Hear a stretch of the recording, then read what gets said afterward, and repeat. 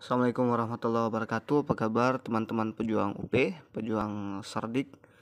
Pada kesempatan kali ini kita akan melanjutkan pembahasan soal kita tentang sejarah ya. Selamat untuk yang sudah lulus di UP 1, 2, 3. Sekarang kita sudah berada di part 7. Jadi teman-teman yang baru lihat video ini, baru bergabung di sini, jangan lupa subscribe, like, dan share, dan tonton juga video mulai part 1 sampai part 6 biar tuntas ya teman-teman. Seperti biasa saya akan baca soalnya. Setelah itu kita akan jawab. Saya kasih waktu sekitar 5 detik kurang lebih. Kemudian teman-teman jawab dan kita jawab bersama setelah itu ya. Baik, kita langsung masuk ke kisi-kisi dan soal yang pertama. Kompetensi profesional, capaian pembelajaran, menguasai kompetensi materi sejarah untuk pembelajaran. Indikator esensial, mengevaluasi peran bangsa Indonesia dalam perdamaian dunia melalui KAA. Perhatikan data berikut. 1. Ikut serta menjadi anggota PBB. 2. Menjadi pemrakarsa gerakan non-blok. 3. Menjadi tuan rumah penyelenggaraan KAA. 4. Membantu korban kemanusiaan di Rohingya. 5. Menjadi tuan rumah penyelenggaraan KTT APEC.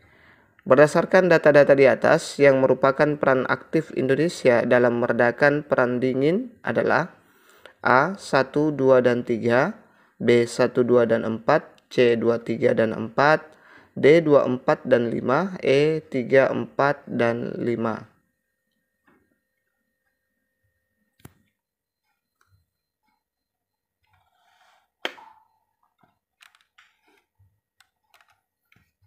Jadi jawabannya ada di option A, 1, 2, dan 3 ya. Itu dia peran aktif Indonesia dalam meredakan perang dingin. Coba kita lihat. Ikut serta menjadi anggota PBB, yang kedua menjadi pemrakarsa gerakan non-blok, yang ketiga menjadi tuan rumah penyelenggaraan KAA. Ini pembahasannya, peran aktif Indonesia dalam meredakan perang dingin yakni menjadi anggota PBB, pemrakarsa gerakan non-blok, menyelenggarakan KAA atau Konferensi Asia Afrika. Kita lanjut ke kisi-kisi dan latihan soal berikutnya. Kita langsung saja di sini ya, karena ini semua sama dari part 1 sampai sekarang. Mengevaluasi peran bangsa Indonesia dalam perdamaian dunia melalui misi Garuda dan deklarasi Juanda. Itu dia indikator esensialnya. Kita lihat soalnya. Pasukan Garuda adalah pasukan tentara nasional Indonesia yang ditugaskan sebagai pasukan perdamaian di negara lain. Indonesia mulai turut serta mengirim pasukannya sebagai bagian dari pasukan penjaga perdamaian PBB sejak 1957 hingga sekarang. Bagi bangsa Indonesia, pengiriman misi Garuda tersebut untuk memenuhi permintaan PBB dan memiliki alasan yang kuat, yaitu memenuhi tuntutan alinea keempat pembukaan UUD 1945. Hal ini menunjukkan bahwa A. Indonesia dapat menjaga keamanan dunia. B. Pasukan TNI sejajar dengan pasukan dunia. C. Indonesia turut menjaga hubungan antar berbagai negara. D. Indonesia ingin memperlihatkan kekuatan dan kepiawaian TNI. E. Indonesia berkewajiban ikut menciptakan perdamaian dan ketertiban dunia.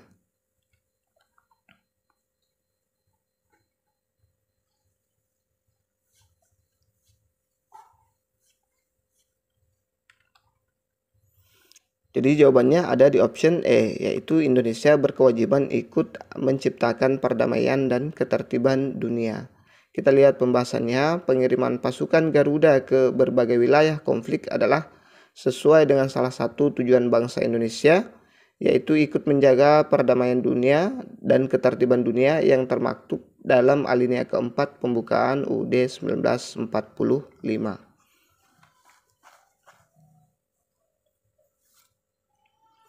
Kita lanjut ke soal berikutnya. Indikator esensial, mengevaluasi peran bangsa Indonesia dalam perdamaian dunia melalui gerakan non-blok dan ASEAN.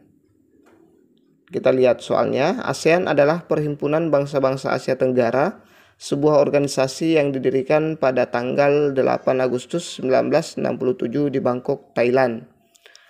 Peran Indonesia dalam ASEAN pasca reformasi di bidang politik adalah A. Memacu percepatan pertumbuhan ekonomi, kemajuan sosial, budaya, perdamaian, dan stabilitas regional. B. Mendirikan 3 pilar tata kelola keamanan ASEAN, komunitas ekonomi ASEAN, dan komunitas sosial budaya ASEAN. C. Berada di garda terdepan dalam penghormatan serta penegakan hak-hak asasi manusia atau HAM. D. Melakukan ekonomi pasar dengan meluncurkan daerah sebagai basis produksi pasar tunggal sehingga terbentuk ASEAN Free Trade atau AFTA. E. Memberikan bantuan dalam bentuk sarana pelatihan dan penelitian dalam bidang-bidang pendidikan, profesi, teknik, dan administrasi.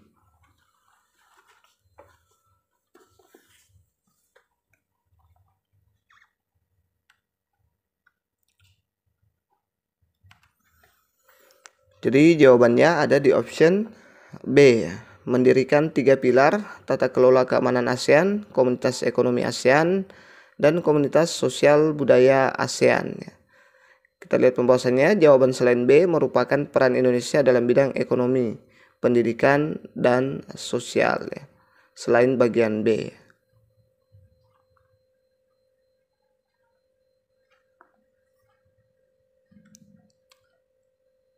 Kita lanjut ke soal berikutnya. Indikator esensial mengevaluasi peran bangsa Indonesia dalam perdamaian dunia melalui OKI dan Jakarta Informal Meeting. Kita lihat soalnya. OKI atau Organization of Islamic Conference merupakan organisasi konferensi Islam yang tujuannya antara lain memajukan solidaritas Islam di antara anggota-anggotanya. Contoh peran Indonesia yang paling menonjol dalam OKI adalah A. Mengkonsolidasikan kerjasama di antara negara-negara OKI, anggota OKI, B. Berupaya menghapus adanya pemisahan rasial dan diskriminasi. C. Memfasilitasi perundingan damai MNLF dengan pemerintah Filipina. D. Menjadi tujuan rumah konferensi tingkat menteri anggota OKI. E. Membawa masalah utama penyelesaian Palestina dalam dunia Islam.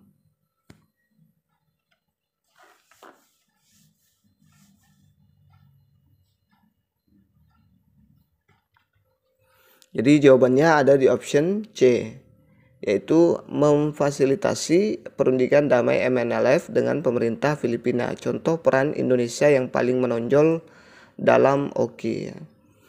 Kita lihat pembahasannya. Beberapa peran aktif Indonesia di OKI yang menonjol adalah ketika pada tahun 1993 Indonesia menerima mandat sebagai Ketua Komite of Six yang bertugas memfasilitasi perundingan damai antara Moro National Liberation Front atau MNLF dengan pemerintah Filipina. Kemudian pada tahun 1996 Indonesia menjadi tuan rumah konferensi tingkat menteri atau KTM OKI ke-24 di Jakarta.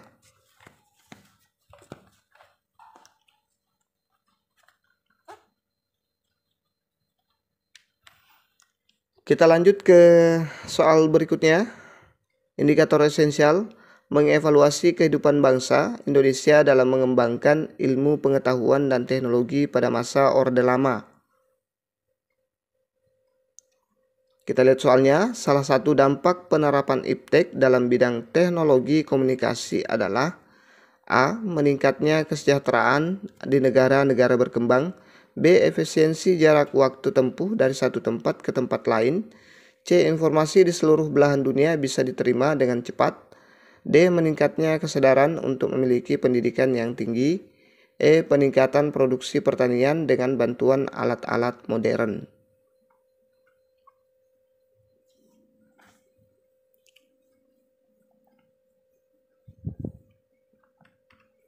Jadi jawaban yang tepat adalah option C. Informasi di seluruh belahan dunia bisa diterima dengan cepat.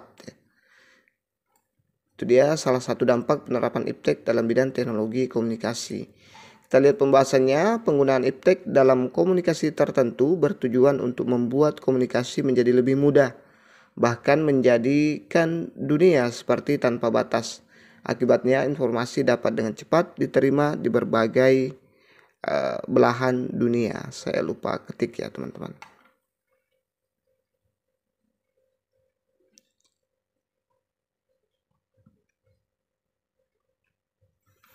Kita lanjut ke soal berikutnya, indikator esensial.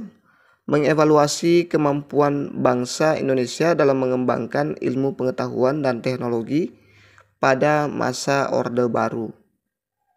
Kita lihat soalnya. Pada masa Orde Baru dikembangkan suatu sistem komunikasi yang sangat penting untuk mempermudah komunikasi antar daerah dan berbasis teknologi luar angkasa, yakni satelit. A. Apollo 11, B. Palapa A1, C. Explorer 1, D. Palapa A2, E. Sputnik 2.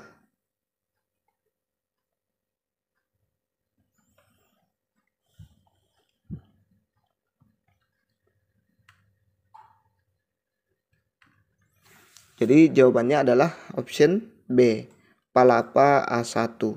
Satelit yang diluncurkan berbasis teknologi luar angkasa di Indonesia yaitu satelit Palapa A1.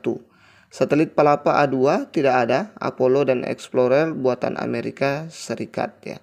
Ini buatan Amerika Serikat, ini juga buatan Amerika Serikat. Palapa 2 tidak ada ya. Kalau Sputnik saya kurang paham ya. Kita lanjut ke kisi-kisi dan soal berikutnya.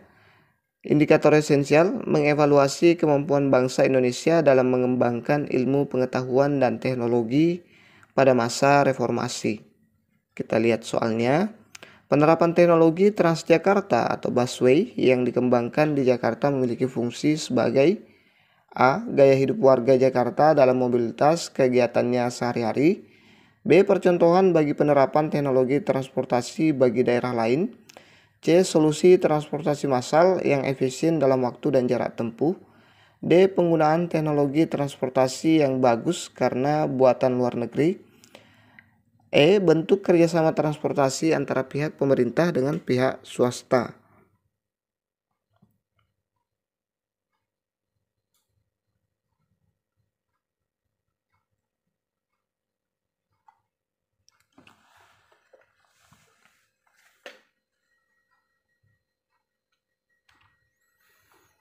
Jadi jawabannya adalah option C, solusi transportasi massal yang efisien dalam waktu dan jarak tempuh.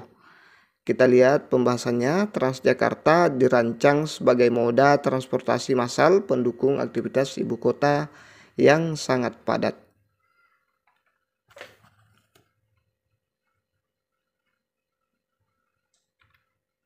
Oke, itu saja dulu yang sempat kita share. Mudah-mudahan dari part 1 sampai part 7 itu bisa membantu mendongkrak nilai teman-teman nanti, meluluskan teman-teman, mencapai apa yang dicita-citakan. Terima kasih sudah menonton. Wassalamualaikum warahmatullahi wabarakatuh. Insya Allah kita akan bikin nanti terautnya kalau memang banyak yang minta ya.